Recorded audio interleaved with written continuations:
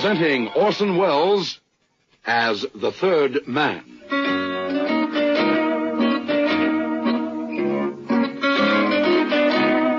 The Lives of Harry Lime. The fabulous stories of the immortal character, originally created in the motion picture The Third Man, with zither music by Anton Karas.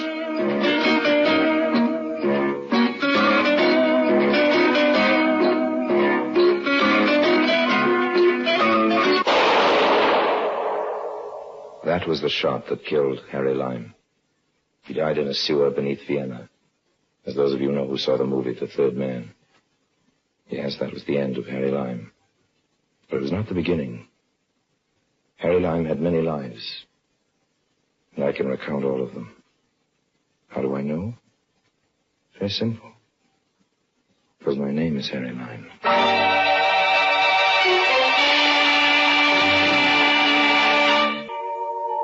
Buenos Aires, July 1944. The Argentine papers were full of the attempted assassination of Adolf Hitler. It had failed, but all of us knew that the Nazi Party was doomed. Buenos Aires was full of those once high in the Nazi councils, and they brought with them money, jewelry, art treasure.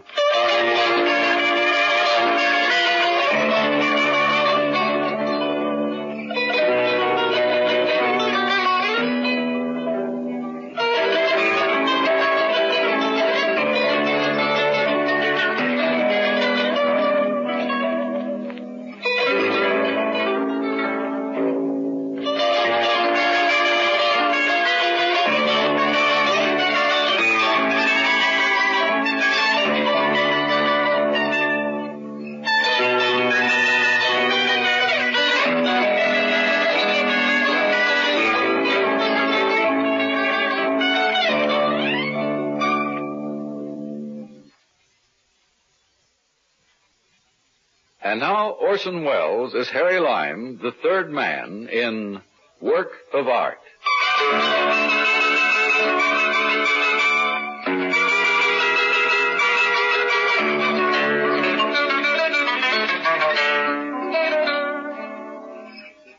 Yes, there I was in Buenos Aires, just a clean-cut young American boy looking for a chance to hustle an honest buck.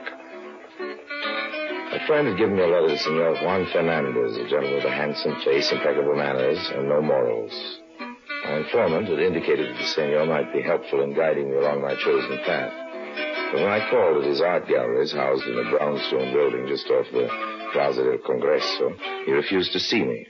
There were always other sources of income to be found without Senor Fernandez's help, and the bar at the Casa del Oro seemed an ideal place for a young man to start a career.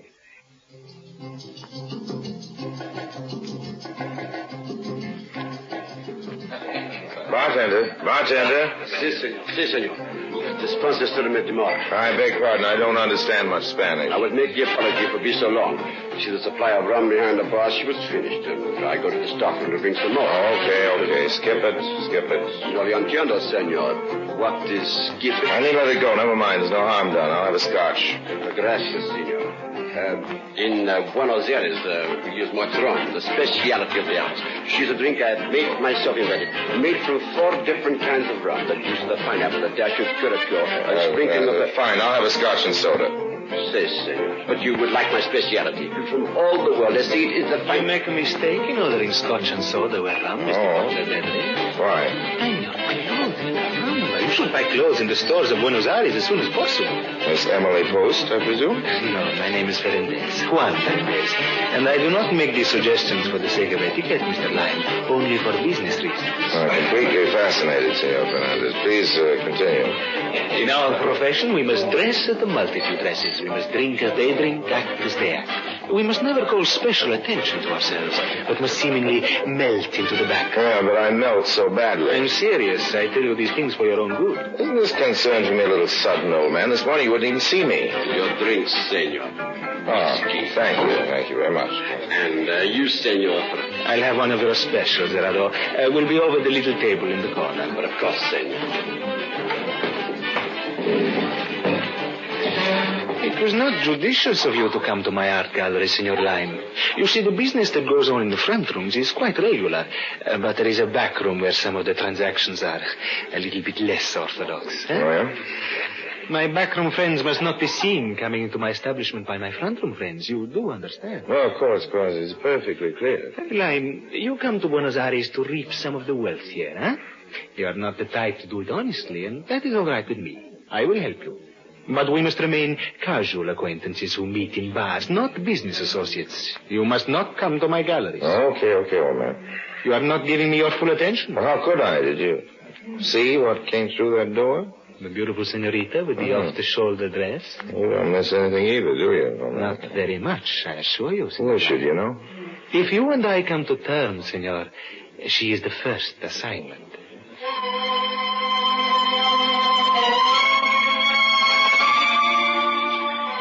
Senor Ferendez was about as communicative as a penguin. With a display of the ultimate in old-world manners, he refused to say another word about the slender, dark-eyed beauty who suddenly set my pulse pounding. Instead, he turned the conversation to other types of beauty, those found in paintings and sculpture. He began to test my knowledge of the arts and perhaps my conversational abilities. Apparently, my proficiency at the latter made up for any deficiencies in the former, where we soon came to terms.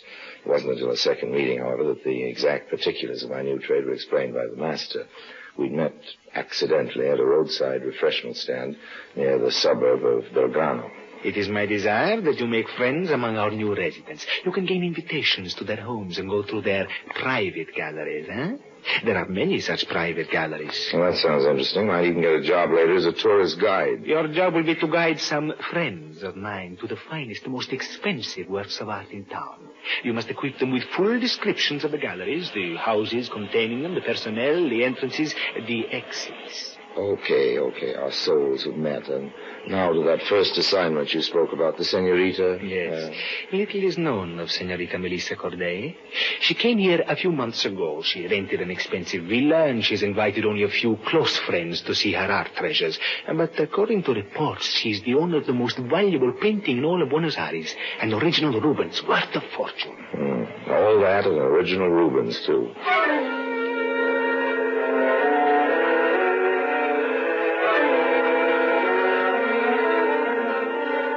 I don't know what Juan Ferendez is worried about. What could happen to me? I wasn't going to be doing any of the stealing. My job consisted of being charming and observant. During the next few weeks, I managed to exercise my charm among half a dozen of the local gentry. I was invited to their homes, and I made polite compliments to my hosts, extravagant ones to my hostesses. You know, it's amazing how much information you can get if you say the right things about a woman's choice of dresses or a man's choice of wines. And Senor Ferendez paid me handsomely for the information, but both of us were still primarily concerned with Senorita Melissa Corday. And she proved as elusive as the olive at the bottom of a martini.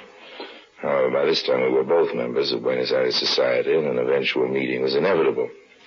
I managed to meet her often. As a matter of fact, she found me quite irresistible. I'm very sorry, Senor Lime, but I'm busy tomorrow. The following day, then? No, I'm sorry. The following day I have an engagement. The day after that, Senorita Corday. Busy, huh? Now, there were two things driving me toward Melissa Corday. My determination that I'd pierce that core of cold steel and my desire to get the Rubens. Oh, I've known women, I've heard before, women with cash registers where their hearts were supposed to be, but it wasn't going to defeat me. I have a bank balance to blind the next mercenary woman I'd met, and Melissa Corday was going to be the donor. On Saturday evening, Senorita Corday was giving a large dinner party for a visiting American diplomat. After a short study of the guest list, I chose as my target an undersecretary of the English consulate, Mr. Albert Ramsey. I studied him carefully. I learned of some of his former posts and all of his weaknesses, including that of absent-mindedness. On Saturday evening, I followed him out of his hotel.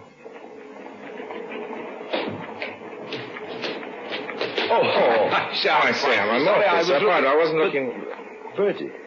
Bertie. Albert Ramsey in the flesh. Oh, yes, in the flesh, as you say.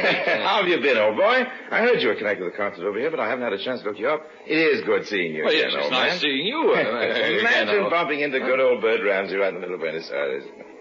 It's been a long time, hasn't it? Well, I hope you'll forgive me, frightful memory, but I don't seem to remember quite where it was. Oh, you're joking, of course. You remember. It's at the Shoreham Hotel in Washington. Oh, yes, Yes, of course. How frightfully stupid of me. Washington, eh? Yes, Washington. Must have been about 40. 1940 it was, but exactly. And you say you have a bad memory. This is really a break bumping into you on my first free evening since I got here. You've got to have dinner with me, old man. Well, fact of the matter is, I have a dinner engagement. Charming girl. Having a bit of a party tonight. Promised I'd go. Well, I'm certainly not going to say goodbye after having been lucky enough to run into you. I hate these dinner parties myself, but then maybe you couldn't take me along even if you wanted to. Oh, I dare say it'd be all right. Well, as long as you say it'd be all right, you're sure I wouldn't be intruding? Oh, no, of course not. No, a pretty girl like that will be delighted to have me bring a handsome young chap around. Probably only invited an old duffer like me because she needed an extra man. Well, if you're positive, it's all right. Oh, I do have a confession to make, though. They're a rotten memory of mine, you know. I remember our meetings in Washington plain as though they occurred yesterday, but your name slipped right out of my mind. Can you imagine that? Well, don't apologize. It's Lyme. Harry Lyme.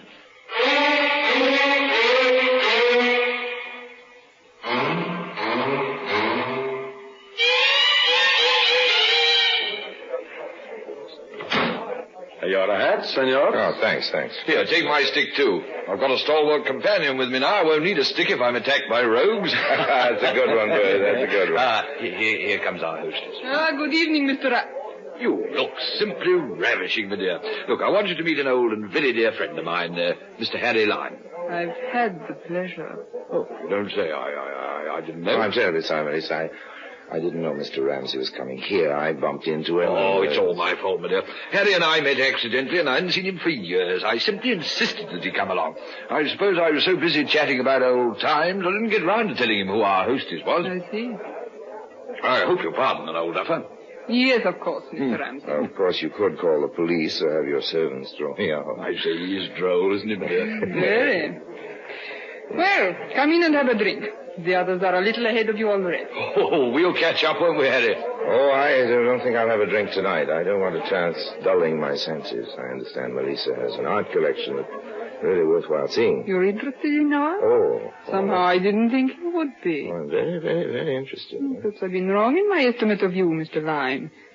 I'll be happy to show you my gallery, if you really think you'd enjoy it. Well, honestly, Miss Corday, nothing could fascinate me more.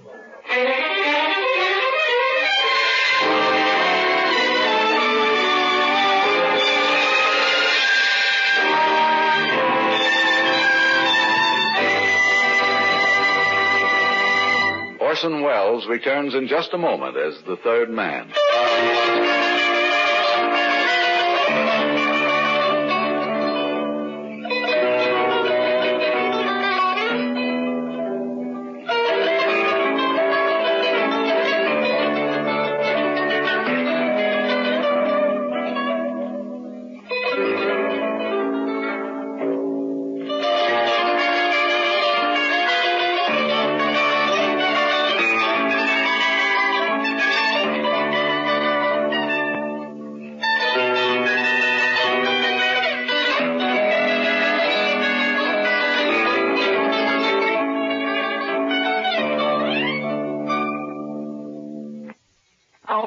Orson Welles as the third man continues with Work of Art.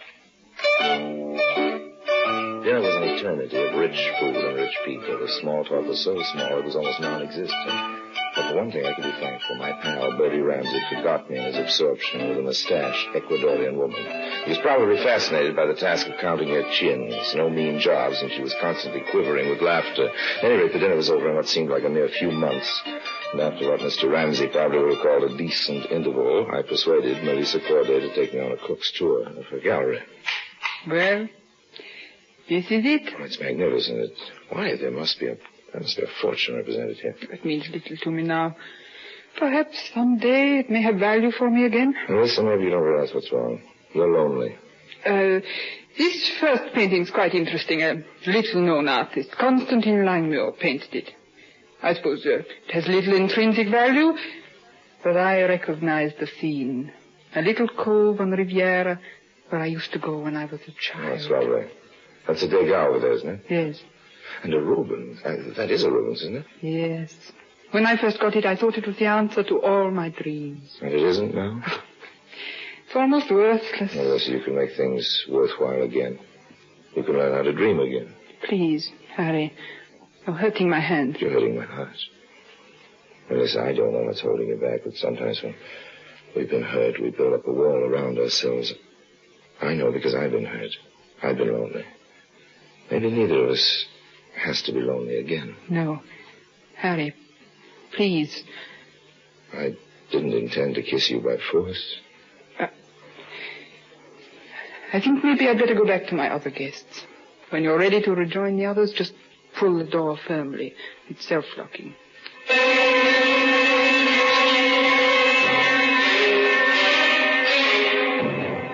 The gallery is in a separate wing of the house, connected to a small sitting room with only the self-locking door between. The sitting room had a large French door that led to a small bathroom, and the street was only 7 or 8 feet below. On the other side of the sitting room was a boudoir. Melissa's. The servants' quarters must be miles away. It was a setup. And Harry Lyme wasn't going to give this setup away for any 25% of the Rubens' value. Let Ferendez take his 25%. It's going to be 75 for me. I wedged a match in the lock, and then I rejoined the gay party of the doddering diplomats. Oh. Well, there you are, my boy. Did you manage to come out with the Picasso under your coat? It wouldn't quite fit, my dear. We could all give our eye teeth of some of Melissa's paintings. She has some real beauties, doesn't she? Well, let's say she possesses real beauty. Oh, well put, old boy, well put. Have a drink, Harry. I really have to be going, Melissa, if you'll excuse me. The night's young yet, Harry, the night's young. I expect a busy day tomorrow. Awfully sorry. If you must go. Please don't bother seeing me at the door, Melissa. I don't want to take you away from your other guests. Well, goodbye then. Adieu. Good night. Bye now. Buenas noches. You are leaving, Senor Lyme? Yes, I have to be going. No, I will get where you go. Oh, I just had a little accident. The button off my coat. You wouldn't happen to have a needle and a thread, do you? A needle? Agujaillo. Ah, agujaillo. Si, Senor Lyme. Pedro has, right here in the cloakroom. And a pair of scissors and a sharp knife or a razor blade, something of that kind. You have one? Si, understand, razor blade. Have here. Oh. See? Needle. Thread, razor blade. You want Pedro to sew? No, thanks very much. I can manage. I hate to keep troubling you, but suddenly I seem to be very thirsty. Do you think I might have a glass of water? Si, senor. Oh, thank you. If you could get it while I sew this on. Of course, senor. I shall be right back. No. Take your time. Take all the time in the world.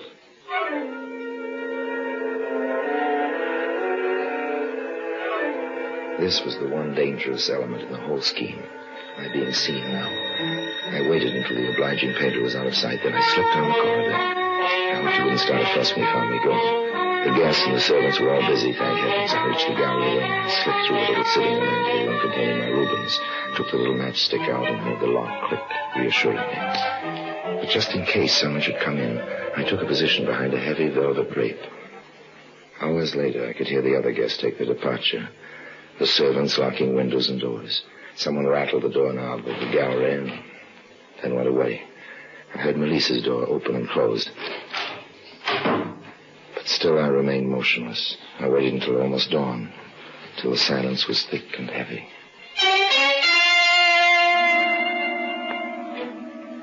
Stealthily, I approached the priceless painting. I took the razor and slipped the canvas neatly from the frame.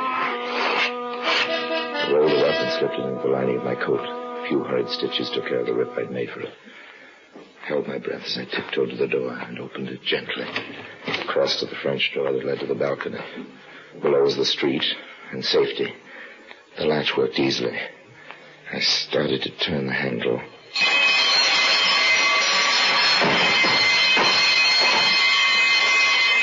Oh, my ankle. Stop! Oh, my ankle. No, don't shoot. So we've got a ladron, eh? It's on the alarm. Get to your feet. Stand up. My ankle's killing me, Pedro. Pedro, you called me by name. Oh. Carlos, flash your light in his face. Uh-huh. No. Pedro, Carlos, what in the world is going on? We have caught for you a burglar, senorita. A burglar. He is Senor Lyme. I call the policia. No, senorita? Wait just a minute, Carlos. Harry, what is the meaning of this? Well, what sir, were you doing in my gallery? Well, I wasn't in the gallery. What? I could explain the whole thing very easily if we were alone. Not leave you alone with him, senorita. You don't think I'd try to harm you? No, Harry, I don't. It's all right, Pedro. Carlos, wait outside. We have our guns ready. You call if you need us, huh? And no funny business, Senor Lyme.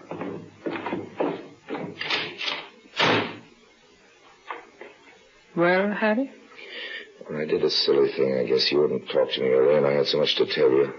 Things I couldn't say before your other guests. Harry. So I came back to steal something. I came back to steal a few hours alone with you. So I tried to sneak out and, well, you know the rest. Oh, you're going to make Carlos and Pedro very unhappy. They thought they'd go to Ladrone.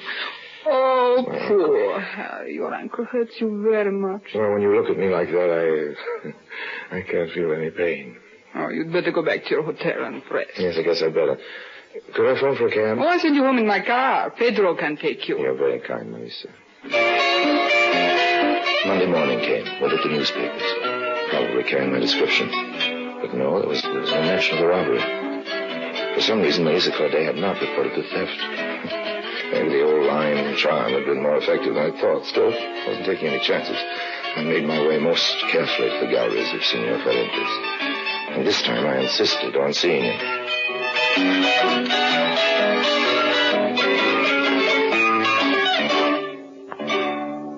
You should not have forced your way in, Harry. I told you I had to see you, and you'll be happy to see me. What in the world are you doing? Just removing a little painting I happened to pick up. Look. The Rubens. That's right. Mm-hmm. Need the money for it right away, Juan. I have to get out of the country now. Obviously. I get 75% this time. Of course, I know you haven't got that much cash hanging around, but I thought you could give me as much as you have now. I have enough to pay you what this is worth. Oh, what? This is not an original Rubens, Harry. But you were the one who told me. I had never seen it when we discussed the matter. It's a good copy, a very good copy, worth $100 perhaps. No. So that's what she meant. It's almost worthless. I was worried about her morale. What's her game, Juan? Oh, I suppose a very old one, insuring a fake, permitting someone to steal it and giving him ample time to make a getaway, and then suddenly discovering the loss and reporting it to the insurance company. So now the insurance detectives will be after me, and for $100 copy. Oh, those insurance investigators are always the most relentless. And she's in the clear. If I'm caught, she didn't dream it was a copy. If I make a getaway, she's rich. It was all window dressing, those servants, the house, everything. You better leave, Harry. Pedro, he'd make a lovely witness. He even gave me the razor blade I used. I have a friend. He owns a small freighter and it sails in a few hours. I'll call him. The Natalie 3rd. It's moored in the Puerto Nuevo. I'll find it. I'm awfully sorry, old man. I'm a little short of cash. Here, $100 for the Rubens copy. Oh, I don't know what I can do with it. The skipper of the freighter is a friend of mine. He will not charge you more than $100. Okay, well, goodbye, old man. I suppose I just encountered one of the hazards of the profession. Thanks for the $100. You're welcome. He's gone? Yes, Senorita Corday, you can come out now. I don't know how I can ever thank you. You were my only chance. I had to come to you, Senor Ferrantes. It was a great pleasure to save your masterpiece. Oh, that wasn't all you saved. No? If I'd called the police last night, there would have been no way of explaining the presence of an attractive man in my home at that hour. Mm-hmm. One who'd been present all evening. It would have been compromising. I never could have obtained my divorce. My only reason for being in Buenos Aires would have been shattered. My months of being rude to every man who looked at me, lest my husband's agents could misinterpret my friendships. You know, I'm beginning to think I was never cut out for this business. We Spaniards are too sentimental, eh? Like Harry Lime, I might have made a fortune out of this painting. Imagine getting it back for $100. But with no profit to me. All I accomplished was the saving of a woman's reputation. A perishable commodity at best.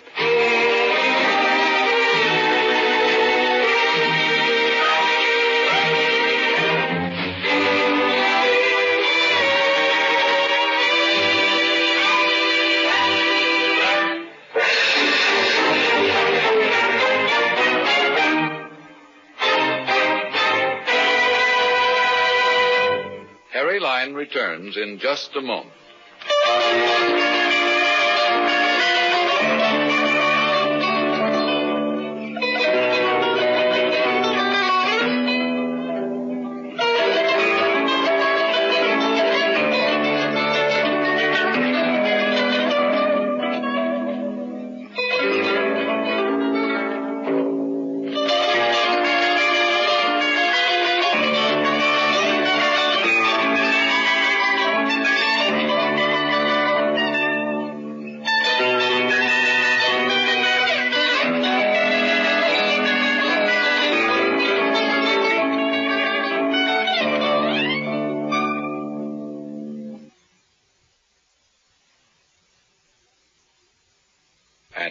Harry Lime.